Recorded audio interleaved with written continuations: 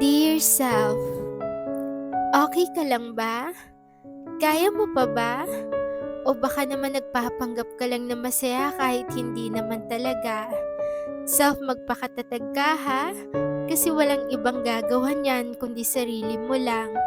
Tandaan mo, walang nandyan para sa'yo, para i-comfort ka o para makinig ng iyong mga problema. Kailangan mo na magpakatatag yung puso mo. Kasi nakikita ko na humaharap ka ngayon sa napakatinding problema.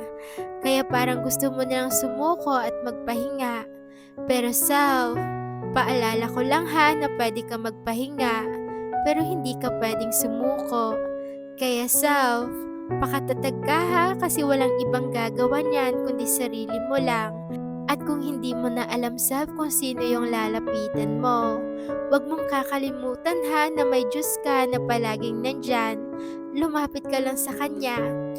Iiyak mo lahat ng sakit na iyong nararamdaman o napagdadaanan.